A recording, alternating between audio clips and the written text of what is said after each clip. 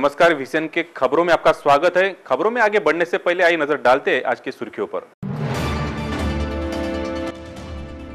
अकोला जिले के बालापुर में टिबल हत्याकांड, दामाद ने ससुर, साले व पत्नी को उतारा मौत के घाट।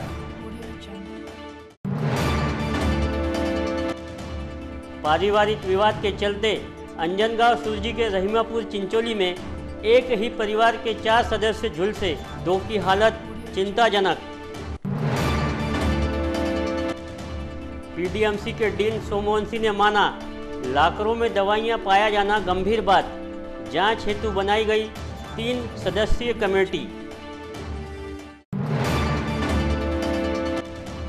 मैत्रेय ग्रुप ऑफ कंपनी द्वारा किए गए ठगी के 2 संचालक आरोपियों को 23 मई तक पुलिस कस्टडी में रखने के आदेश। राजापेट स्थित नवनिर्मित बस स्थानक 21 मई से होगा प्रारंभ। अकोला, यवतमाल, बुल्ढाना, वाशिम की ओर यहां से होंगी बसें रवाना।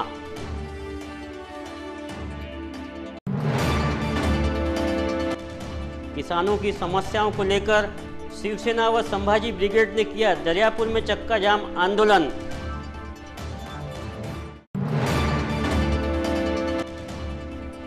और 21 मई को होने जा रहे विधान परिषद चुनाव को लेकर जिला प्रशासन कर्मियों को दिया गया प्रशिक्षण।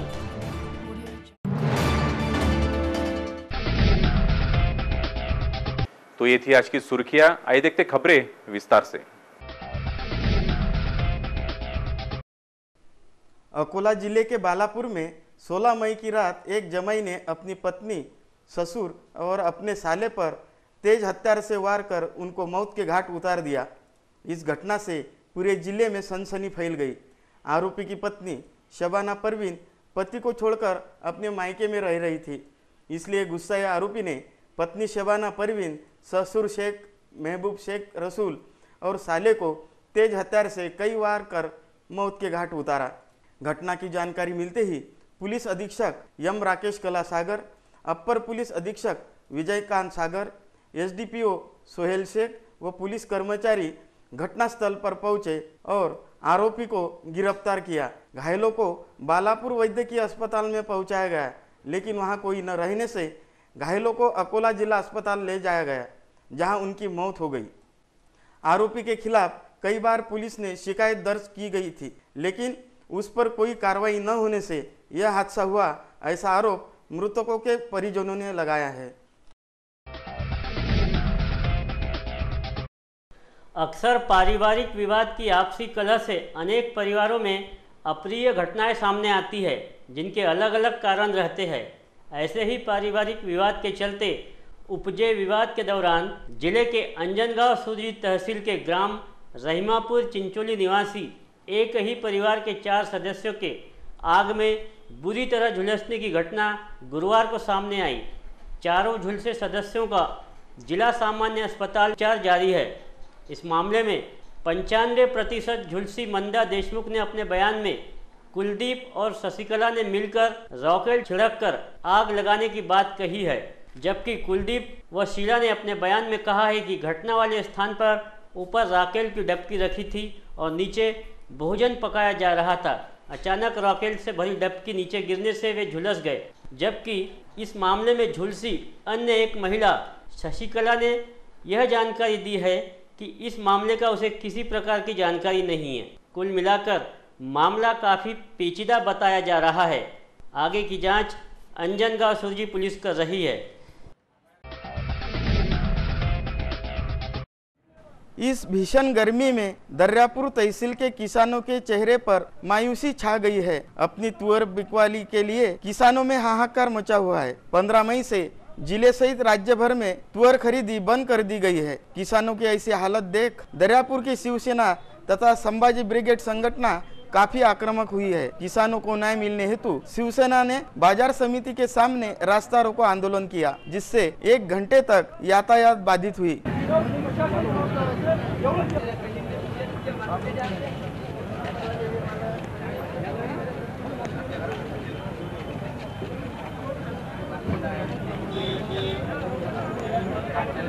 चला मौके पर पुलिस ने पहुंचकर शिवसेना के 25 कार्यकर्ताओं को अपनी हिरासत में लेकर स्थिति पर नियंत्रण पाया।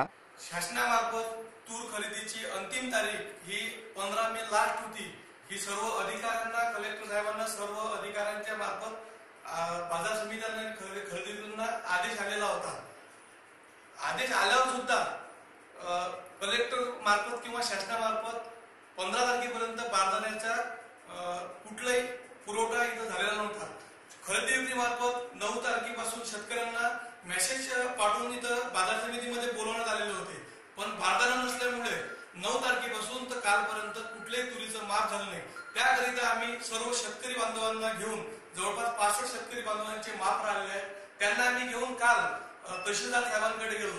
तिथं तहसीलदार साहेबांच्या मार्फत त्यांनी कलेक्टर साहेबांसोबत संवाद साधला आणि आज 11 वाजेपर्यंत आम्ही तुरीचे मोजमाप चालू करू असं आम्हाला काल आश्वासन दिलं। त्यानंतर आम्ही आज सर्व शेतकऱ्यांच्या सोबत बाजार समितीमध्ये 12 वाजेपर्यंत आमचे शिवसैनिक आणि मी स्वतः आम्ही 12 वाजेपर्यंत तहसीलदार साहेबांच्या आदेशाची वाट पाहिली, पण 12 वाजेपर्यंत कुठलाही काही आदेश न आल्यामुळे सर्व शेतकरी बांधवांनी आम्ही शिवसेनेच्या वतीनं चक्का जाम करण्याचा पवित्रा घेतला। त्यानंतर आम्ही रोडवर गेलो, चक्का जाम केला आणि त्यानंतर तहसीलदार साहेबांमार्फत आमच्याकडे नायब तहसीलदार पोटदुगे साहेब आले। त्यांनी आम्हाला 3 वाजेपर्यंत आम्हाला टाइम द्या, त्यानंतर आम्ही आमचा आंदोलन, चक्का जाम आंदोलन मागे घेतलं। तो दूसरी ओर तहसील के सामने संभाजी ब्रिगेड द्वारा रास्ता रोको आंदोलन किया गया। संभाजी ब्रिगेड के कार्यकर्ताओं ने एक शादी से वापस जाने वाले कांग्रेस जिलाध्यक्ष बबलू देशमुख के कार को भी रोका और उन्हें किसानों के प्रश्न पर शासन पर दबाव बढ़ाने की बात कही। गेल्या 1 वर्षापासून शेतकऱ्यांच्या तुरीला, शेतकऱ्यांच्या हरभऱ्याला, उडदाला, मुगाला भाव नाहीत। जे काही शेतकऱ्यांचे उत्पन्न असतील, कांदा असेल, लसूण असेल, या सगळ्या शेतकऱ्यांच्या उत्पादनाला भाव नाही आणि या सगळ्या परिस्थितीमध्ये बाजारात भाव नाही। शेतकऱ्यांची जे तूर खरेदी आहे सरकार सुरू करतात आणि तालुक्यामध्ये संपूर्ण महाराष्ट्रामध्ये तूर खरेदी सुरू झाल्यानंतर अचानक सरकारनं 15 तारखेपासून तूर खरेदी बंद केली। अशा परिस्थितीमध्ये दर्यापूर तालुक्यामधले 65% शेतकऱ्यांची तूर खरेदी अजून होण्याची बाकी आहे। फक्त 30 ते 35% लोकांची तूर खरेदी झालेली आहे। जर आज तूर खरेदी अशा प्रकारे जर सरकारने निर्णय जर घेतला तर बाकीच्या लोकांना 250 ते 4000 रुपयापर्यंत शेतकऱ्यांना तुरी बाजारात विकाव्या लागतील। शेतकऱ्यांना सध्या पैशाची आवश्यकता आहे आणि शासकीय तूर खरेदी आहे 5450 रुपयामध्ये आहे आणि बाजारात जे तूर शेतकऱ्यांची विकला जाईल त्याचे फक्त 250 ते 4000 रुपये भाव आहे। म्हणजे 1.5 ते 2,500 रुपयाचा फरक पडतो। म्हणजे एक शासनाचा जर थोडाफार असा चांगला पॉझिटिव्ह निर्णय जर लागला, म्हणजे तूर खरेदी जर सुरू झाली तर शेतकऱ्यांना 1,500-2,500 रुपये मिळू शकतात एका पोत्याच्या मागं। एवढा निर्णय जर ज्या सरकारनं जर घेतला तर संभाजी ब्रिगेडच्या वतीनं सरकारचं अभिनंदन करेल। यह आंदोलन शिवसेना के तालुका प्रमुख गोपाल अरबट तथा संभाजी ब्रिगेड के केंद्रीय निरीक्षक डॉक्टर अभय गावंडे के नेतृत्व में किया गया। दर्यापुर से हमारे संवाददाता किरण होले की यह रिपोर्ट। शेगांव विकास प्रारूप अंतर्गत रास्तों के काम के लिए शहर के सैकड़ों पेड़ काटे गए। इसके एवज में हजारों नए पेड़ शहर के सीमा में लगाए गए। उन पेड़ों को ट्री गार्ड भी लगाए गए, लेकिन धूप की वजह से पेड़ों को पानी न मिलने से यह पेड़ सूख गए। नगर पालिका ने टैंकर द्वारा जल पूर्ति करने की मांग शिवसेना के पार्षदों ने की थी। इस पर मुख्य अधिकारी ने टैंकर द्वारा जलपूर्ति जल्द कर जाने का आश्वासन दिया था, लेकिन आश्वासन की पूर्ति नहीं हुई और पेड़ सूख गए। इससे संतप्त होकर शिवसेना तथा राष्ट्रवादी के पार्षदों ने शिवाजी चौक से सूखे हुए पेड़ों की प्रेत यात्रा निकालकर नगर पालिका मुख्य अधिकारी की कैबिन के समक्ष पहुंचे।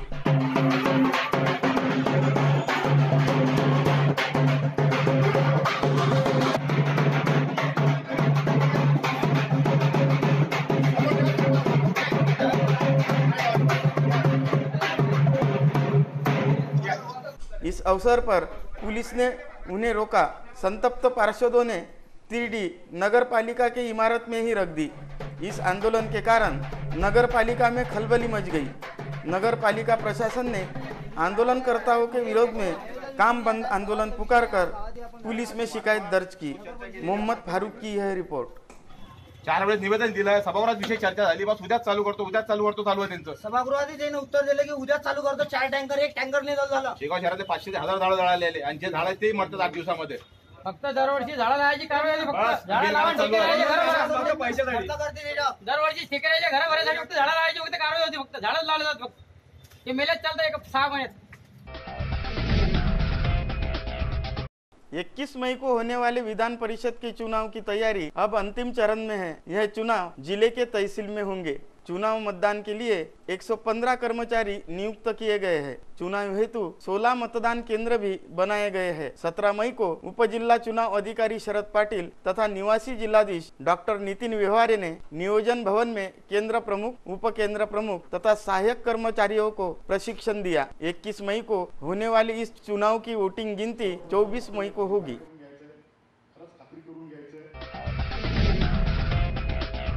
खबरों में अब वक्त हो चला है एक छोटे से ब्रेक का। ब्रेक के बाद फिर हाजिर होंगे कुछ अन्य खबरों के साथ।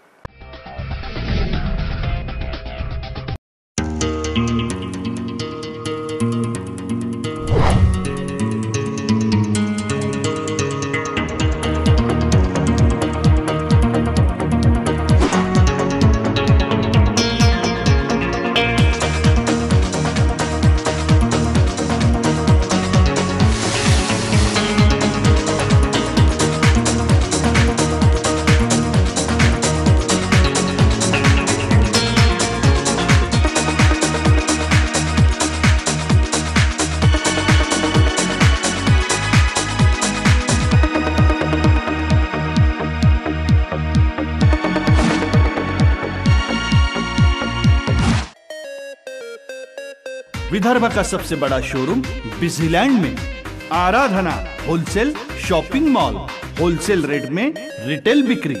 आराधना संपूर्ण लग्न बस्ता, बनारसी शालू, डिझायनर साड्या, ghagra odhni, salwar suit, dress material, readymade coat, shooting shirting, teenage wear, kids wear, fashion jewellery, lifestyle, shoes व sandal, home decor, matching. Lane number L2, shop number 43 to 48, Busyland complex, Nandgaon Peth, Amravati. Aradhana wholesale shopping mall, wholesale rate में चिल्लर बिक्री। आराधना। Break के बाद फिर से आपका स्वागत है। आइए देखते हैं कुछ अन्य खबरें।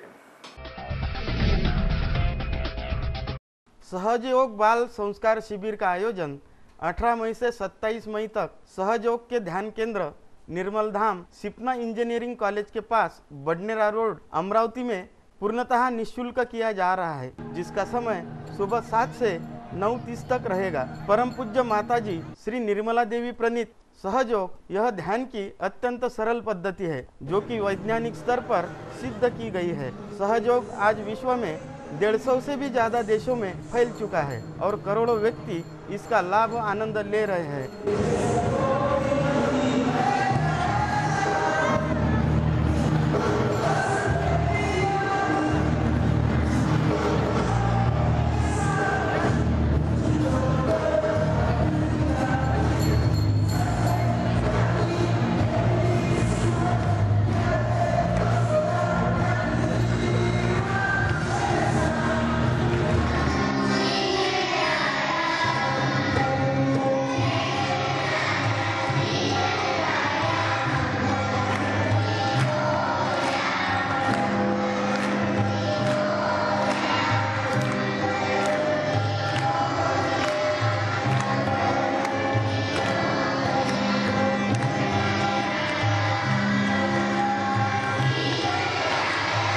सहयोग के इस बाल संस्कार शिविर में ध्यान, व्यक्तिमत्व विकास, चित्रकला, मेहंदी, रंगोली, वैदिक मैथ्स, खेलकूद, संगीत, नृत्य व क्राफ्ट जैसे विषयों का ज्ञान व मार्गदर्शन उच्च स्तरीय शिक्षकों द्वारा दिया जाएगा।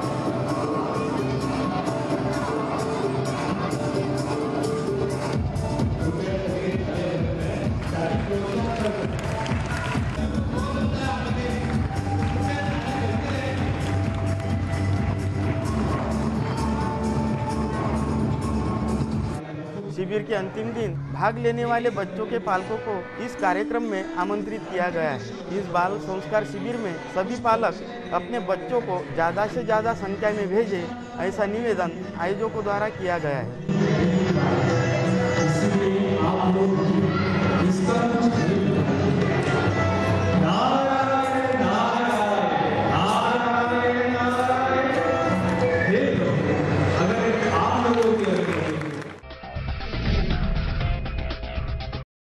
तपती धूप से सारी जनता त्रस्त हो गई है और तो और जहां वहां पानी की किल्लत भी आन पड़ी है। वाशिम जिले के धनज गांव में भी पानी की भारी किल्लत देखी जा रही है। यहां की जनता पानी के लिए तरस रही है। धनज के पुलिस थाने में कार्यरत पुलिस नायक कोकने को जनता की यह हालत देखी नहीं गई। उन्होंने मानवता का परिचय देकर खुद के पैसे खर्च कर धनज ग्रामवासियों के लिए एक बोरवेल बनवाई। इस बोरवेल के लिए करीबन 70,000 खर्च कर पुलिस कर्मचारी नाइक कोकने ने मानवता का परिचय दिया। कामरगांव से हमारे संवाददाता नरेंद्र बोरकर की यह रिपोर्ट।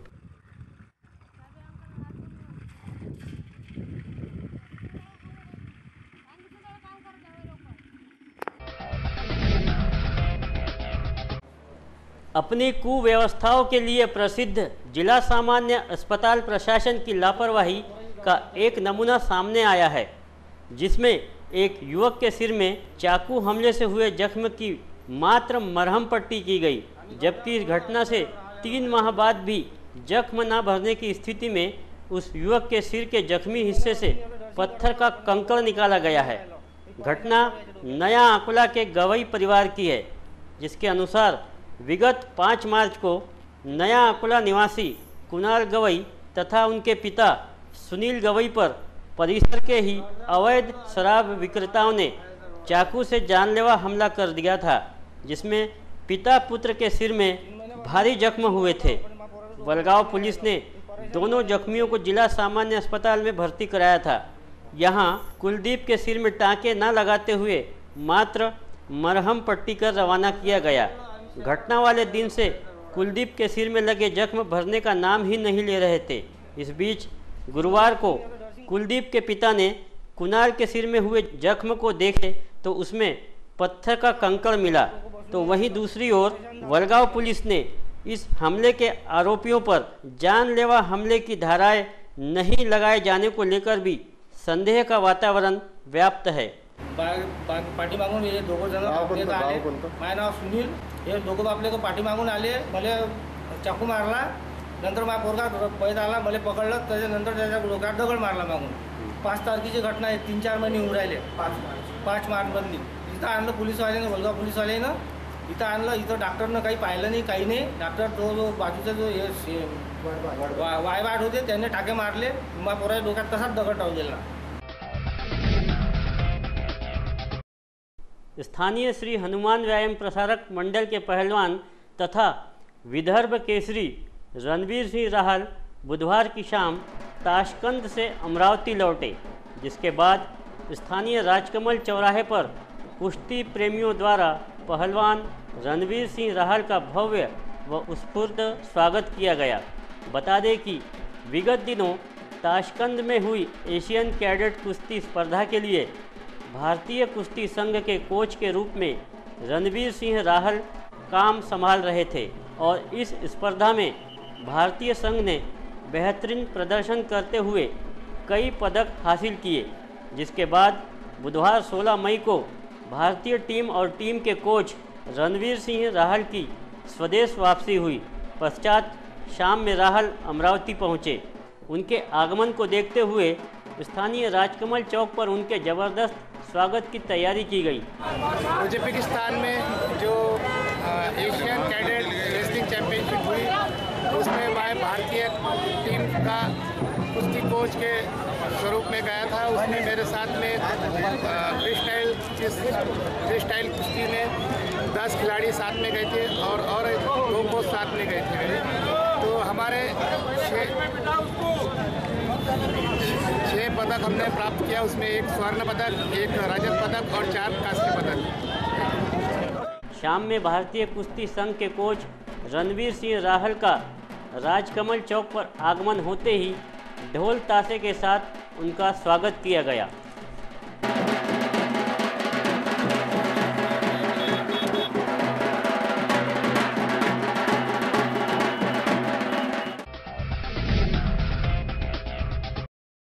संपूर्ण राज्य में चर्चित मैत्रेय घोटाला प्रकरण के 2 आरोपियों को स्थानीय आर्थिक अपराध शाखा ने बीते बुधवार को प्रोड्यूस वारंट पर अपने कब्जे में लिया था।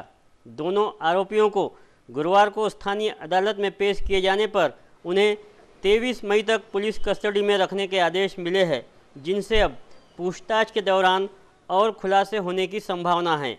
बता दें कि मन लुभावन योजनाओं के तहत जिले तथा शहर के 40,000 से अधिक निवेशकों को 74 करोड़ से ठगने का आरोप मैत्रेय ग्रुप ऑफ कंपनी पर है। इस मामले में सबसे पहले शहर के सिटी कोतवाली थाने में विगत 2016 में शिकायत दर्ज कराई गई थी।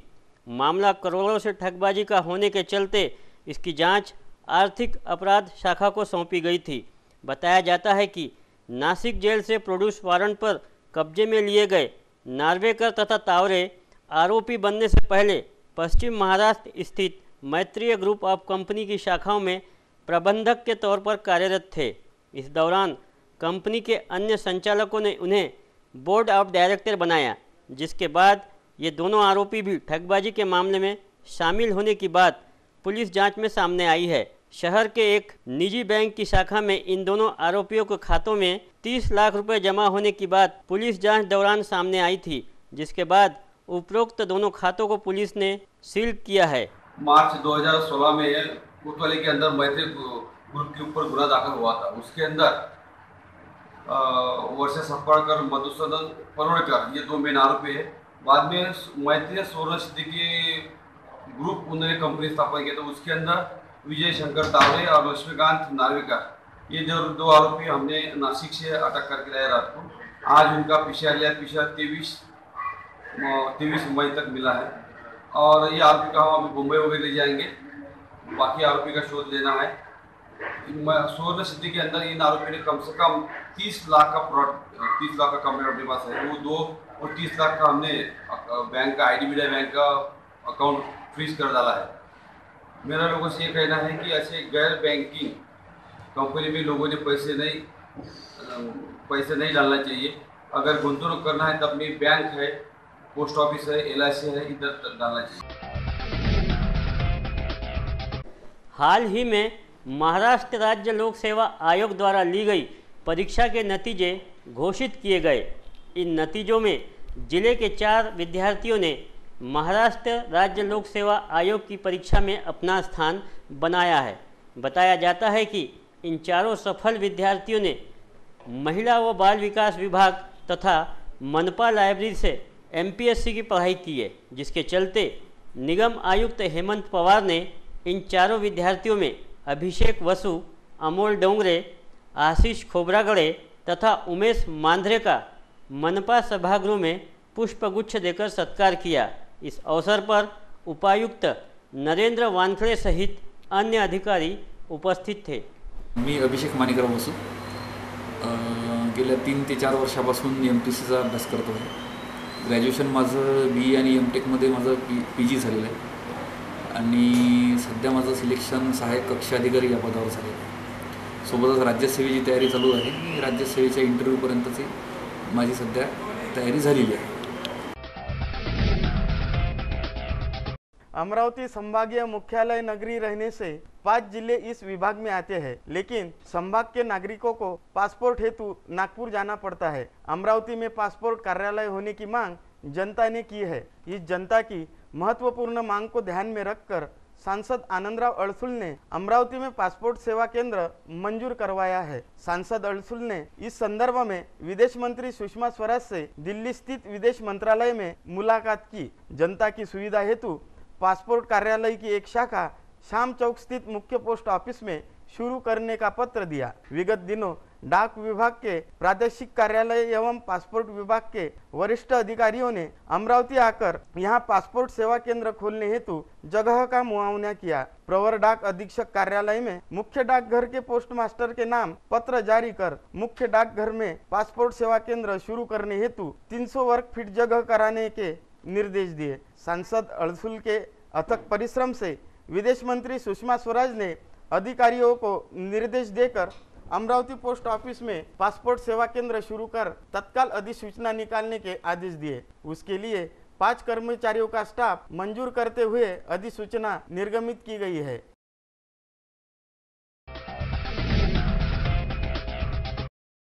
डॉक्टर पंजाबराव देशमुख अस्पताल में कुछ डॉक्टर्स व नर्सेस द्वारा मरीजों की दवाइयों का अपने पर्सनल लॉकर में संग्रहण करने का मामला उजागर हुआ था। अस्पताल के डीन डॉक्टर पद्माकर सोमवंशी ने सभी लॉकरों की तलाशी लेकर कुल 22 लॉकर सील किए थे। इस मामले की जांच हेतु 3 विशेषज्ञ सदस्यों की समिति गठित की गई थी। जांच समिति द्वारा मंगलवार को 4 लॉकर खोले गए। चारों लॉकर में 12,797 रुपए की दवाइयाँ पाई गई। उसमें से 1140 रुपए की दवाइयाँ एक्सपायर है। इस मामले में अस्पताल के कुछ डॉक्टर्स, नर्स और एक मेडिकल संचालक पर संदेह व्यक्त किया जा रहा है। गौरतलब है कि पीडीएमसी में कार्यरत कुछ नर्सेस व जूनियर डॉक्टरों ने मेडिकल कॉलेज के वार्ड में अपने अपने लॉकर्स में बड़े पैमानों पर दवाइयों का संग्रहण किया था। इसकी गोपनीय जानकारी पीडीएमसी के डीन सोमवंशी को मिली थी। सोमवंशी ने पूर्व वार्ड में औचक मुआयना कर लॉकर्स की तलाशी ली। इस समय पूरे 22 लॉकर्स उन्हें संदेहास्पद दिखाई दिए। उन्होंने उन लॉकर्स को उसी समय सील कर दिया। मामला गंभीर रहने के कारण डॉक्टर सोमवंशी ने छापा मारकर यह घोरक धंधा उजागर किया। इस संदर्भ में पीडीएमसी के डीन डॉक्टर सोमवंशी से हमारे संवाददाता द्वारा पूछे जाने पर उन्होंने माना कि मामला गंभीर है। हालांकि उन्होंने ये स्पष्ट किया है कि संबंधितों द्वारा उनके लॉकर में दवाइयाँ जमा करने के बजाय अस्पताल के सेंट्रल पूल में दवाइयाँ जमा करना था। अब इस मामले की जांच हेतु 3 सदस्यीय जांच दल बनाया गया है, जो अपना जांच कार्य करते हुए बयान लेना प्रारंभ किया है। इस समिति को जल्द से जल्द अपनी जाँच अहवाल अस्पताल प्रशासन को पेश करने के आदेश है। कुछ सामान उसका एक्सपायर भी हुआ है। इसकी अभी ये चीज़ों के लिए कौन जिम्मेदार है, ये भी डिटेल इंक्वायरी चल रही है। छुट्टी होने की वजह से उसको थोड़ा चीज़ हम करने वाले हैं। उद्देश्य इसमें बुरा नहीं है, उद्देश्य अच्छा है, लेकिन उद्देश्य अच्छा होने से काम नहीं चलेगा, उसका रास्ता भी सही होना चाहिए।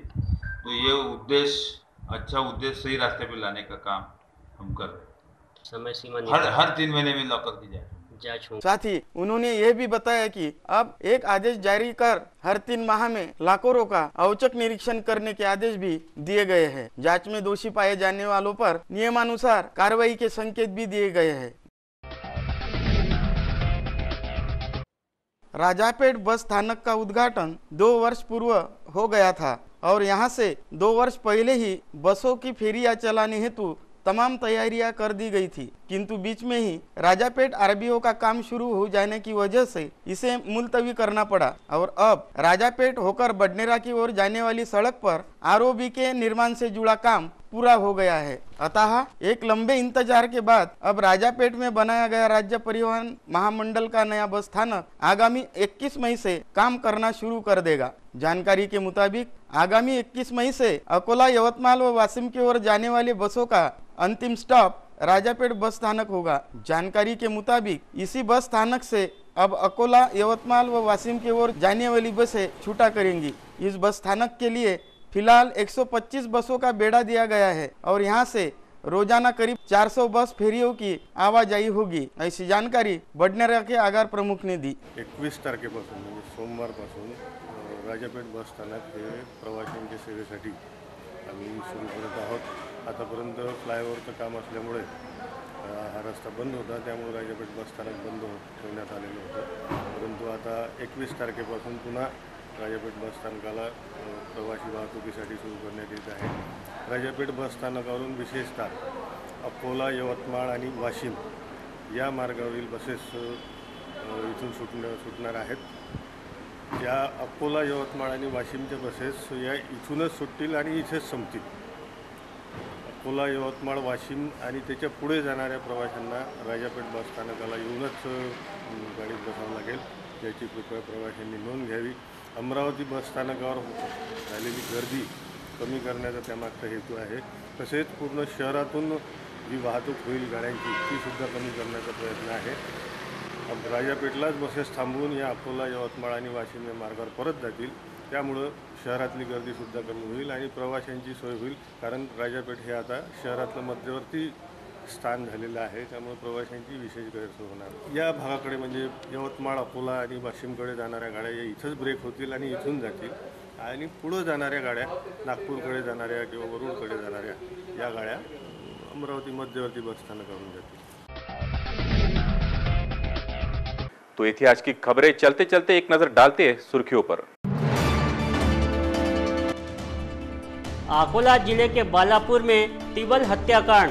दामाद ने ससुर, साले व पत्नी को उतारा मौत के घाट.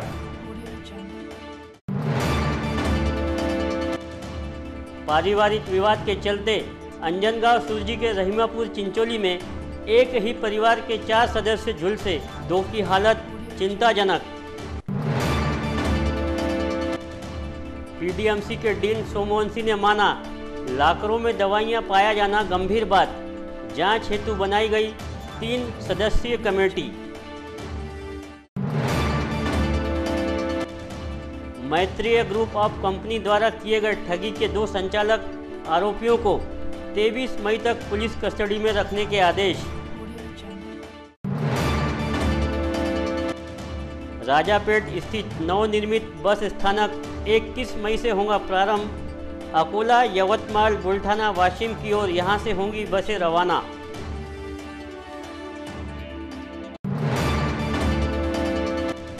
किसानों की समस्याओं को लेकर शिवसेना व संभाजी ब्रिगेड ने किया दरियापुर में चक्का जाम आंदोलन.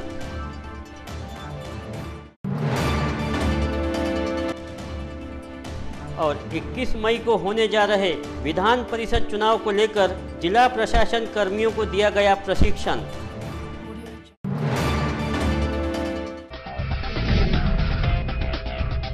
तो ये थी आज की सुर्खियां.